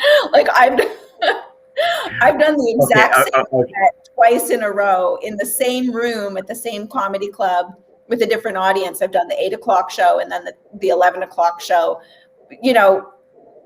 Uproarious laughter at one of the shows, and then crickets, at the late show. And it's just, sometimes it's the audience, sometimes it's the material, but you have to do the material several times in front of several different audiences to understand, is it the audience, or is it the writing, or is it the delivery? And it's, and that's why you just have to keep doing it. You just have to keep clocking those hours, and, and also paying attention, because there are some people who don't want to listen to the audience feedback and be like, oh no, it's the audience's fault. And it's like, well, how many times can it be the audience's fault? Like in a relationship, it's like, if it's always the guy, it's like you've had 10 relationships in the past 3 years, and it's, it's always the guy. Well, maybe you need to take a look at yourself. Well, at some point we all have to look at what do we have in common with all these situations? And if the answer is you, okay, I gotta look in the mirror. You gotta check yourself. Yeah, it's like because I know this is a big confession here, but sometimes my shit stinks. It's the truth, and I know deep down that it's, and we gotta be honest with that as creatives. But sometimes it's too just sometimes it's just the wrong audience too. Like comedy is interesting because I decided that if I ever was going to get into comedy, the place I would rehearse is a laundromat. And the reason being is because nobody wants to be at the laundromat. If you can make those people laugh, you can make anybody laugh, because those people. That's so clever. Yeah, that's so funny. Well, I saw it actually. There was a comedy reality show. They actually did that. They made the comedians go into a laundromat, see if they can make people crack up. And I'm like, no, that's actually brilliant, because go to a place nobody wants to be at, and if you can make them laugh, if you can honestly make them laugh, you got good material. You do. Your material is good. Then you can honestly say, like, yes, this material doesn't suck. If you can do that, like, that's what if I was doing comedy, like, seriously, I'd be like, okay, obnoxious asshole boss, find all those guys and find the people that work for them, see if I can make them laugh. Because if I can make those guys laugh in that environment, I got good shit. Laundromat, no one wants to go to a laundromat, right? No one wants to go. No one wants to go to a government office. So, like, that's another place I'd go just to make it, like, no one wants to go there. Yeah, right? Like the DMV. or a courthouse. Nobody, nobody wants, like, look at all these obnoxious places that no one wants to go. Can your jokes land there? Because if they can, you're good, and you know it. Right now, they might not land the same way with your audiences. I feel like I scored a point there. I'm not quite sure why, but I feel like I did. Right, but it's one of those things where I realize, like what you want to do is, and the comedy is the same way like anything else. What's the story you want to tell with your jokes? Like, what's the story and how best to tell it, right? Yeah. And laughter is such a subjective thing. I consider it the second hardest thing to do in terms of emotional. Like, I can creating tension's easy. We all know what pain feels like, right? But jokes are harder because, okay, what makes me laugh may not make you laugh. Although although based on this conversation, I do feel like we do have somewhat a little bit of the same sense of humor. So I feel like we'd get along just fine. But someone would find our shit not funny. I know it's it was shocking to you as it was to me, but there are people that wouldn't find it, because humor is such a subjective thing. It makes you have to really think it through. What I have found that has worked for me when I write stories is I will deliberately throw in bad jokes. Like, I like stuff that will not be funny at all. I learned this trick from Peter David, and I learned it reading, of all things, Spider-Man. Peter Parker's always cracking jokes when he's Spider-Man because he's scared to death. Because seriously, he's nuts. He's putting on a costume and he's fighting people that are trying to kill him, stop crime. That takes a certain insanity, right? So he cracks jokes to keep himself sane and, like, not from panicking while he's doing it. But the best Peter Parker joke, the best thing about Peter Parker jokes is some of them are only funny to him. So so you put a few groaners in there. It's like, oh, then you keep putting some good ones. Okay, that's pretty good.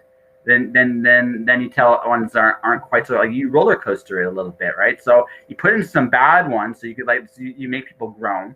Like, I'm maybe not quite dad joke bad. Dad jokes are a special circle of hell, right? But there is, like, not dad jokes, but you put in some bad ones, you put in some good ones, and you put in some ones that are somewhere in between. Then you slowly amp it up to get that rhythm in comedy where people are laughing at everything. Yeah. Because once you get to that point, it doesn't. You could literally talk in Klingon. Literally, once you got everybody in the ride, you could literally do it, and it will work because you got people in. It's all about that process of getting people to buy something as funny, and that's very hard to do. That is actually extremely hard to do on a consistent basis. Comedy is a, especially in this day and age, a very hard thing to do. And but it's its own beast. Yes, it is. It is its own beast. Dave Chappelle still makes me laugh. It's he's my role model in the sense of how I want to do my show. He literally traveled on the road, and when he decided to throw a show, he just would park it, put it down, just do it. I kind of want to do the same thing with mine. It's kind of like my little like because I'm a little crazy in, like, the best ways, right? I just, like, fuck it, let's just do it, right? And but honestly, like, if you look at it, right, laughter, I think joy is the only thing harder to do than laughter, because joy, there is such a fine line. I can like great love stories have, like, this like are so hard to do well because there's that line. There's that. Okay, how big of a sci-fi nerd are you? I'm a little bit of a sci-fi nerd. Yeah, right. So Attack of the Clones is the reason I bring this up. Like, the dialogue between, like in Star Wars Episode 2, the love dialogue hurt me so badly because you just knew it wasn't, like, didn't feel there was not one shred of authenticity in there. It was almost like I wanted to punch a wall. But then you'll sometimes get, like, a really, really, really, like, but that's the risk you take with joy, because those genuine moments where it's really, really good and it's really, really happy are incredibly precious and fragile. Go too far, you cross into the hallmark like like the home. cheese. It just Yeah, becomes like too cheesy, and you're like, oh. yeah. But You're if it's like, done, no one's really like this. but if it's done just right, Mm-hmm. there's Yeah, nothing it's a like fine line. You're yeah, right. It is such a fine line.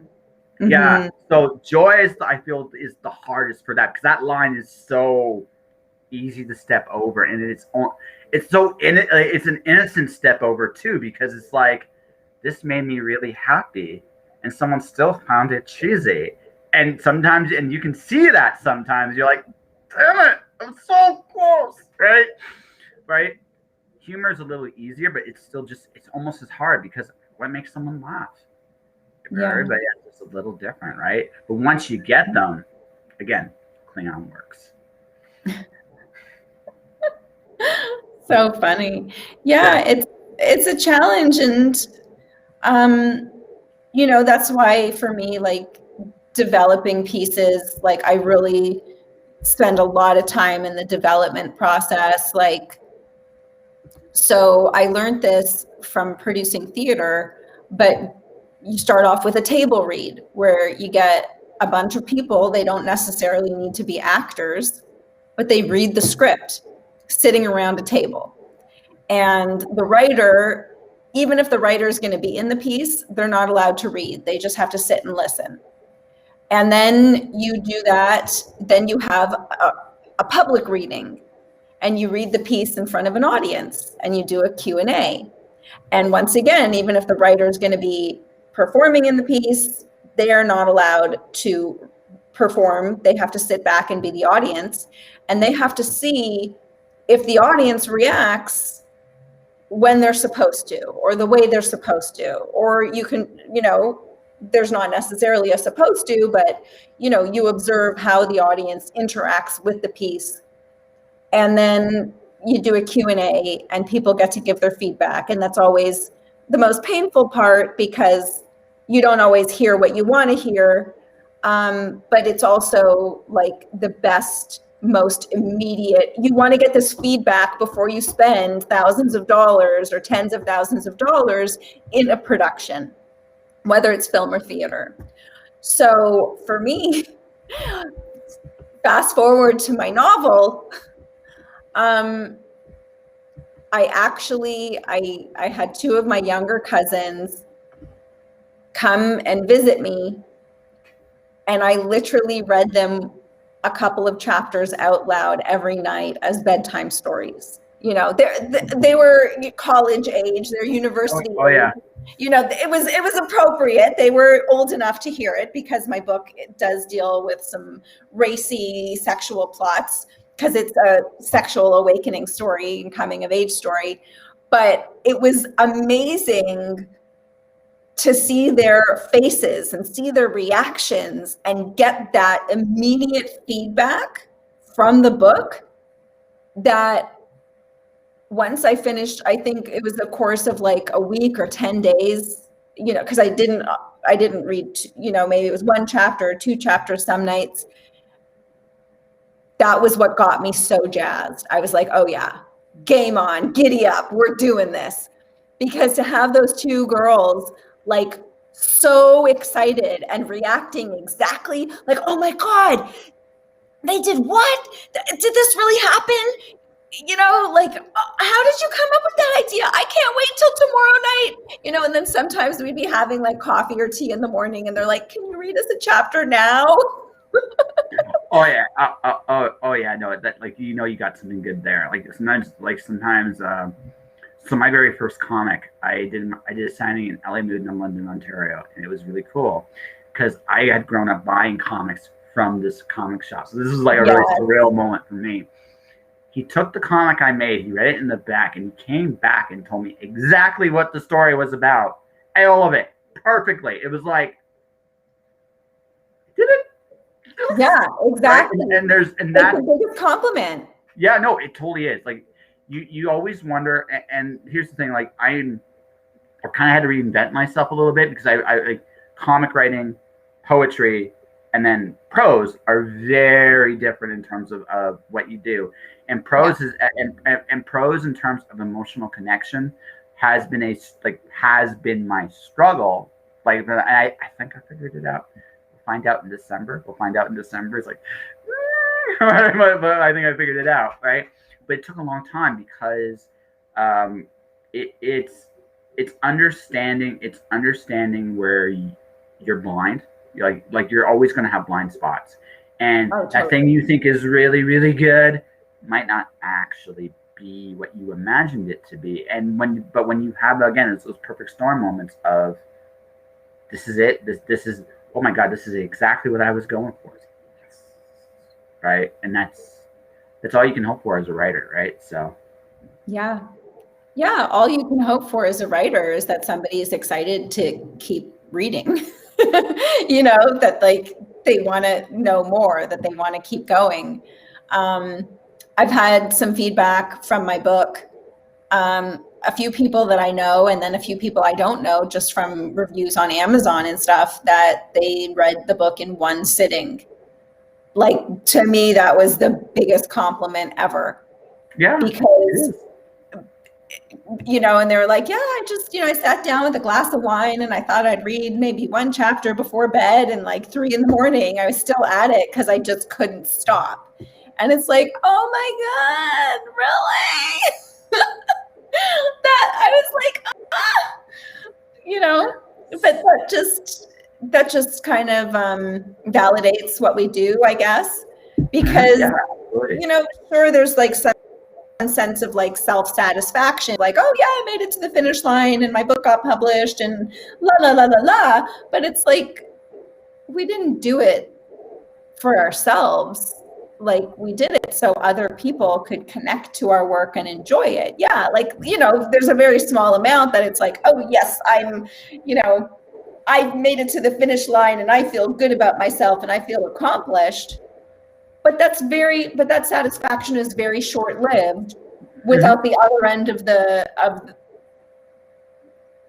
without the other end of it, which is the audience feedback and connecting with people and people telling you that they could relate to it or that they enjoyed it or that they were inspired by it.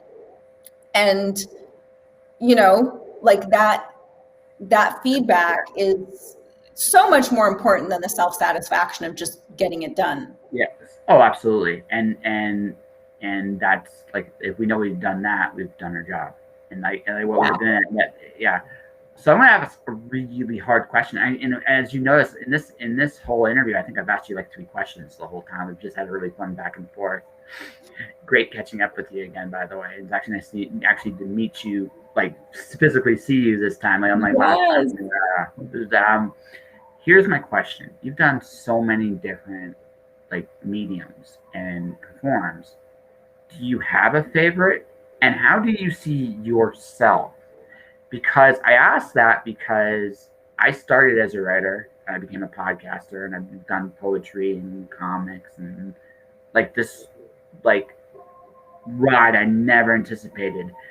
You're even more broader than I am. You've done like acting, producing, and like, comedy. I mean, I think I would have loved to see you in mine because you probably would have been amazing at it, actually. But you've done so many things. When you started, how did you see yourself? And now today, how do you see yourself now? I'm actually very curious about that. Yeah, I still see myself as an actor.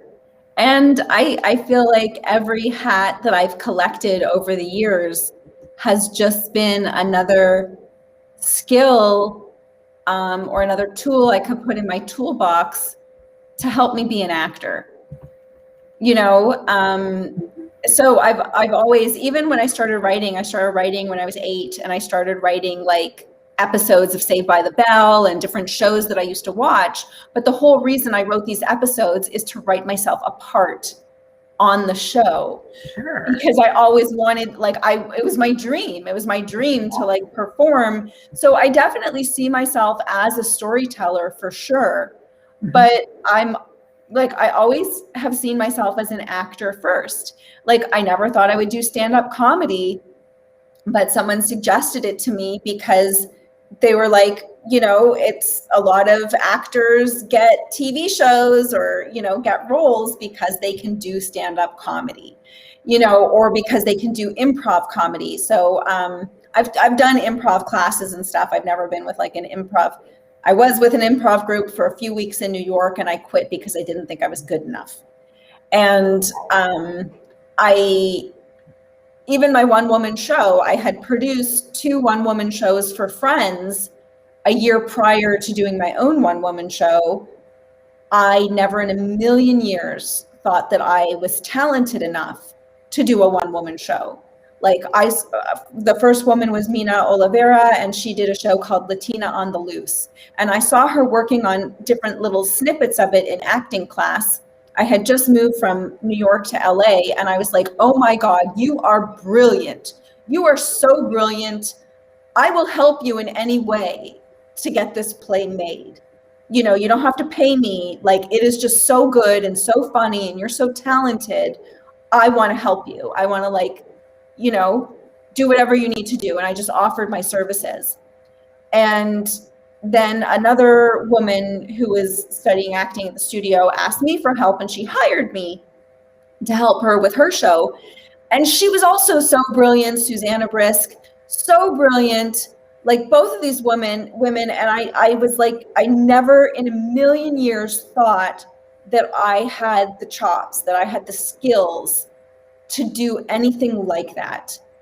And then fast forward, I had been in LA just about a year, and a woman I met whose husband owned a literary agency, she had seen me we met at a creative workshop, and she had seen me perform a piece of my own writing. And she was like, you need to write yourself a one-woman show and invite agents and producers and directors, because nobody knows you exist. Like, you just got to LA, you're not going to get an agent. Like, you don't have any, film or TV credits. Like, nobody's going to, let you in the door. So you have to create some sort of vehicle for yourself. And that's the only reason I did it. And I remember like sitting down to write. She and I kind of discussed a few ideas, and I had pitched her several ideas, and she said no to all of them. And then finally I was like, well, I was always thinking like maybe, when I was like in my 50s, I write a book called Year of the Slut about like the year after my first really bad, heartbreak. And she was like, oh yeah, that's your show, write that.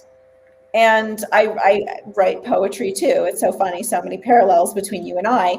I had written several erotic poems, so I took 5 of those poems and wrote a story arc around these poems.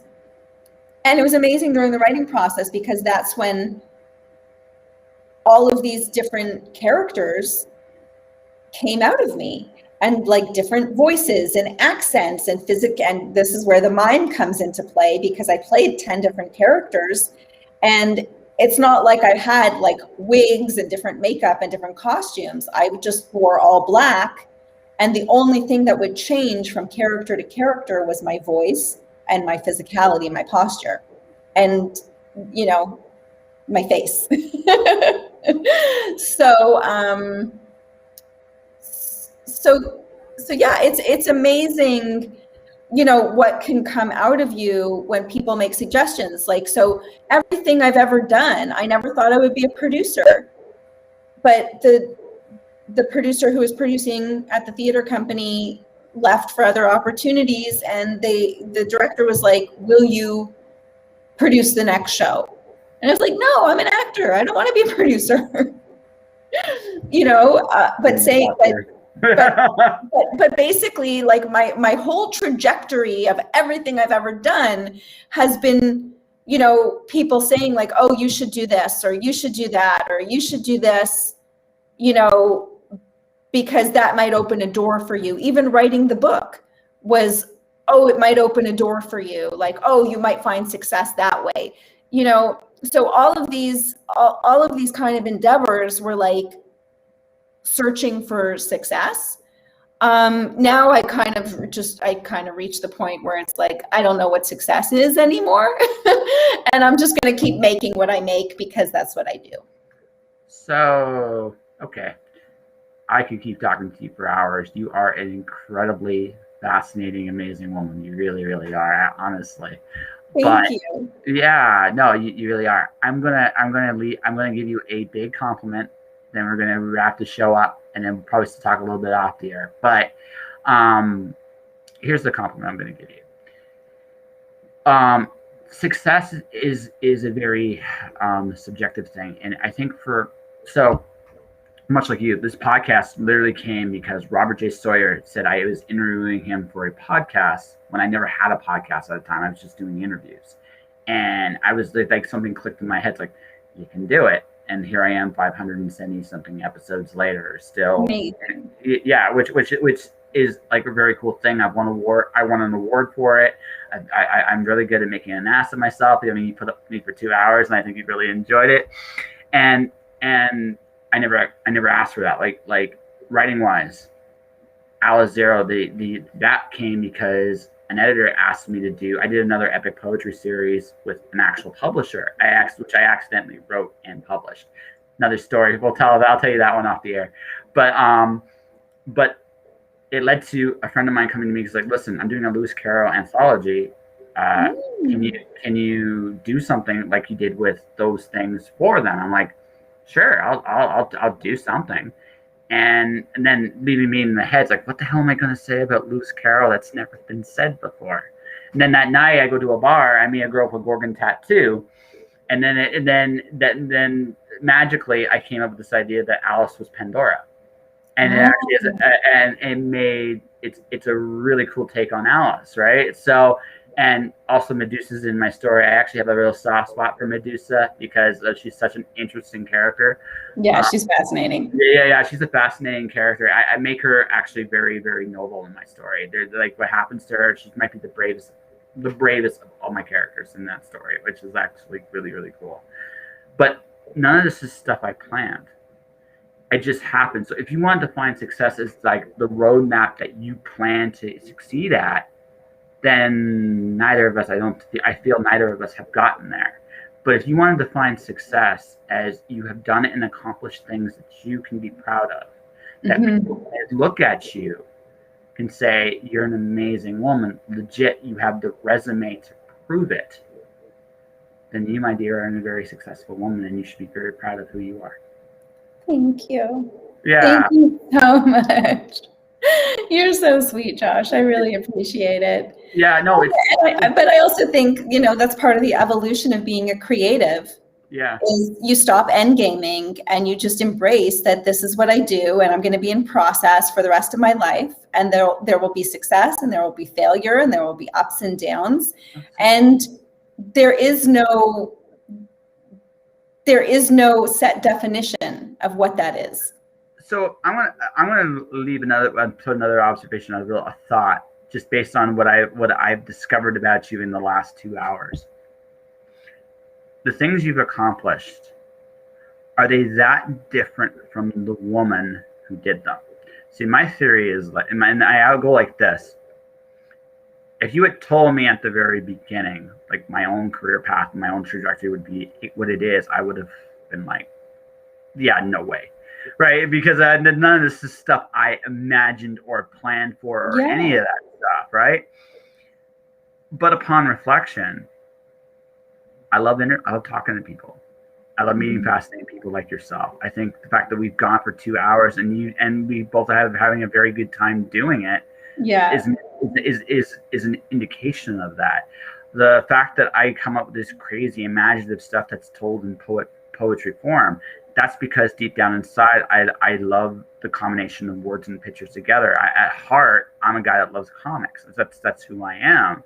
So my books are a reflection of that because that is who I am. I would suggest that everything you've done, if you really want to look at your own personal journey, right, is probably not that different from the woman you see in the mirror. And I feel that that's the way it should be. You don't need yeah, you know what? The Grammys, the big awards, certainly the money would be nice. Don't get me wrong. But at the same time, right? I don't think I could imagine myself doing it any other way in hindsight And I feel you're the same way. I don't think you could have done it any other way other than finding whatever it is on the inside that made you, you. Yeah, I just feel lucky. Like, Yeah. I just feel lucky that I get to do what I love, and like the whole, like, if I won the lottery tomorrow, You'd still be doing this. I would still be doing this. I would just have more expensive shoes. Mm-hmm. So Jeff says that's also maturity. Jeff, I'm not like I said. It's just recognizing the fact that anybody that I know that has been very successful in the arts, regardless of what that looks like, it was almost never been what that artist imagined it would ever be. No, almost never. It does happen, but what does happen is, much like anything else, you just swing at the bat. My favorite actor, by the way, for inspirational purposes, and you might dig this, my favorite actor is Nicolas Cage. Not because he's necessarily the best actor I see on the film, but I love his approach of doing movies, at least up until recently. I think recently it's more financial than personal. Mm-hmm. But when he was at his apex, he did everything. He didn't shy away from roles. City of Angels and Face Off and Con Air are what he's known for. But he also did 8mm. He also just tried all these different roles. Some of them completely suck balls. Moonstruck is one of my favorite movies of all time. Yeah. And he's phenomenal in that movie. Yeah. Like, yeah. But if you look at his, again, I think I personal note, I feel like he's trying to do, he's got financial issues that he's trying to resolve. And that's why he's doing the roles he's doing now, which is totally fine. I don't knock the man making a living, right? So, but if you look at his trajectory for the majority of his career, this was a man unafraid to take chances and to go out there and see what stuck. Mm-hmm. And yeah, he had some strikeouts. He had some pretty good singles, doubles, triples, and a few home runs along the way as well. Mm-hmm. And that's a great way to be. And honestly, like, that's most people that pursue the arts, that's how you got to approach it. You take swings at the bat at things that seem like great. You're going to strike out. Hell, I struck out the other day. It's all good. I mean, but I'm going to keep swinging tomorrow, right? And that's all there is to it. Exactly. Yeah. Yeah, so, and you never know where you're going to end up, and like we said earlier, like, you can be on a huge budget project with the biggest director and the biggest actors. Like, it can still be a flop. Like, you just never know, how to create magic. Like, it's so unpredictable. So then I will leave with a wish, and then we'll get you to the promotion stuff. And here's my wish. One day you're going to wake up doing what you're doing, and then everybody's going to notice what you're doing, and then it's going to lead to you're going to get to the position you've always envisioned yourself just once. I don't know if you're going to get there, you'd be able to keep it, but I feel, that's what I hope for you. I hope all this work you've done, whatever you've envisioned in your head, where you wanted to go, right? The right people at the right place at the right time will see it, and you'll get that chance. I know what it's like to suddenly be noticed by everybody without just doing me. And more than anything else, that's what I wish for you. Thank you. Thank you so much, Josh. I really appreciate that. Yeah. So it would be nice. It would be nice, And it might happen. Just leave yourself open to that possibility. We can't predict. I just said this as my motivation on Facebook is success is never guaranteed. The paradox of success is you can do everything right and still never get it. That's true.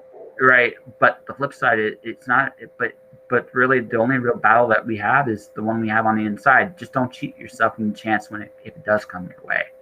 And I think for you, I hope it does. I really do. Thank you.